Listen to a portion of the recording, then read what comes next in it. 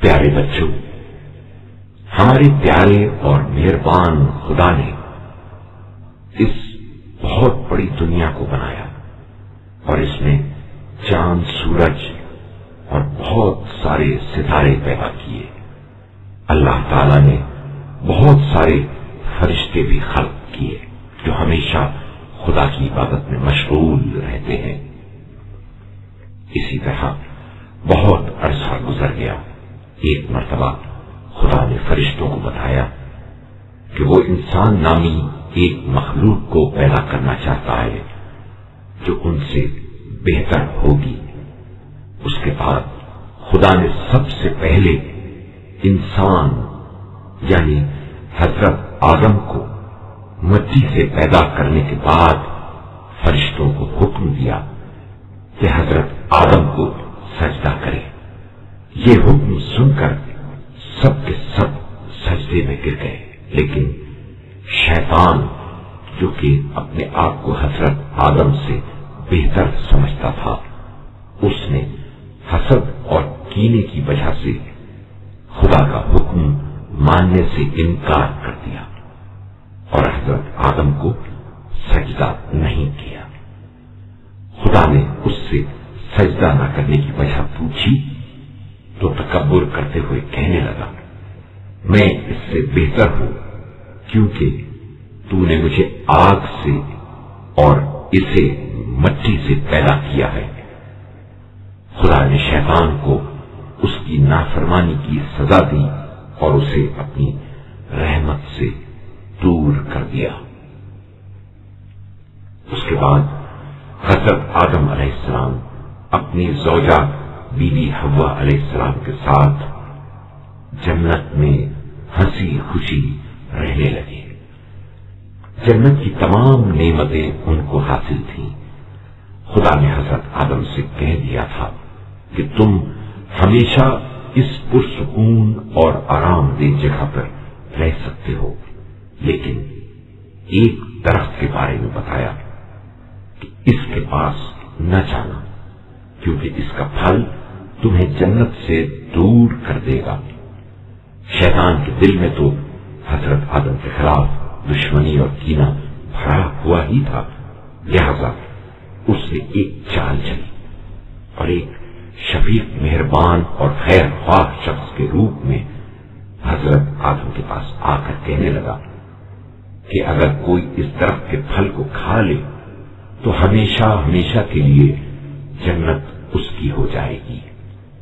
اس طرح شیطان نے حضرت آدم اور بی بی حوا کو دھوکہ دیا اور انہوں نے اس درخت سے پھل توڑ کر کھا لیا۔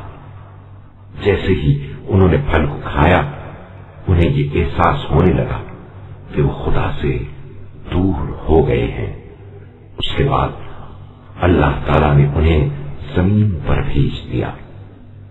اب وہ اپنے اس عمل پر بہت ناقص تھے اور خدا سے توبہ کرتے رہتے تھے۔ کچھ عرصے بعد خدا نے ان کی توبہ قبول کر لی، لیکن پھر جنت میں رہنے کی اجازت نہ دی۔ اس کے بعد حضرت آدم علیہ السلام اور بی بی حوا علیہ السلام زمین پر زندگی گزارتے رہے اور ان کی نسل بڑھنے لگی۔ کئی لڑکے اور لڑکیاں ان کے یہاں پیدا ہوئے، جن میں سب سے بڑے حابیل اور قابیل تھے۔ حابیل بہت خوش اخلاق اور نیک انسان تھا۔ وہ اپنے بابا حضرت آدم علیہ السلام کی بہت عزت کیا کرتا تھا، اسی لیے حضرت آدم نے اسے اپنے خاندان کی سربراہی کے لیے منتخب کیا ہوا تھا۔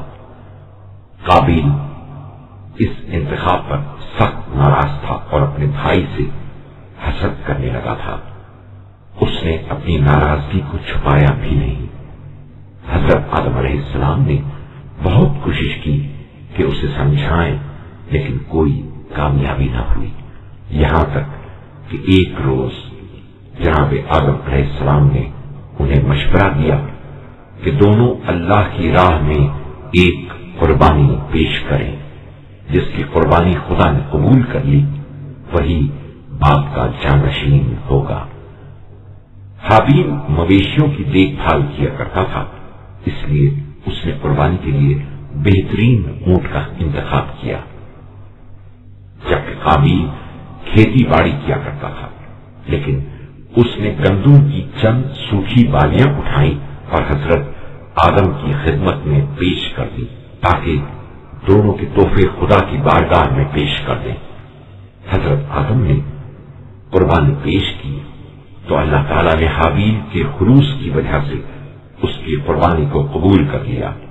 قابیل کو جب یہ معلوم ہوا تو وہ بھڑک اٹھا اور غصے میں ان لوگوں سے دور ہو گیا۔ شیطان جو حضرت آدم سے دشمنی پر تلا ہوا تھا، اب ایک نیا بہانہ لے کر قابیل کے پاس آیا اور اسے بھائی کو قتل کر دینے کا مشورہ دیا۔ قابیل نے فوراً بھائی کو قتل کرنے کا ارادہ کر لیا تاکہ بھائی کی موت کے بعد وہ خود باپ کا جانشین بن سکے۔ حابیل نے اسے بہت نرمی سے سمجھایا اور اسے خدا کی طرف دعوت دیتے ہوئے کہا کہ شیطان کی باتوں پر کان نہ دھرے، لیکن قابیل کی تو عقل پر دشمنی اور حسد کے پردے پڑے ہوئے تھے۔ اس نے بھائی کی نصیحت کو قبول نہیں کیا اور آپ کی نگاہوں سے چھپ کر حابیل پر سوتے میں حملہ کر کے اسے قتل کر دیا۔ قابیل بھائی کو قتل کرنے کے بعد وحشت زدہ ہو گیا۔ اس کی سمجھ میں نہیں آ رہا تھا کہ اب باپ کو کیا جواب دے۔ اس نے بھائی کی لاش کو اٹھایا اور وہاں سے چل پڑا۔ وہ حیران پریشان تھا کہ بھائی کے جنازے کو کہاں چھپائے۔ اسی دوران اس نے ایک کوے کو دیکھا جس کے منہ میں اخروٹ دبا ہوا تھا۔ کوے نے اخروٹ زمین پر رکھا، پھر اپنی چونچ سے زمین میں گڑھا کیا اور اخروٹ کو زمین میں چھپا دیا۔ قابیل نے کوے کی حرکات کو غور سے دیکھ کر کچھ سوچا اور پھر کوے کی طرح اپنے بھائی کی لاش کو زمین میں دفن کر دیا۔ جب حضرت آدم علیہ السلام کو حابیل کے قتل کا علم ہوا تو آپ بہت روئے اور قابیل کو خدا کے دردناک عذاب سے ڈرایا۔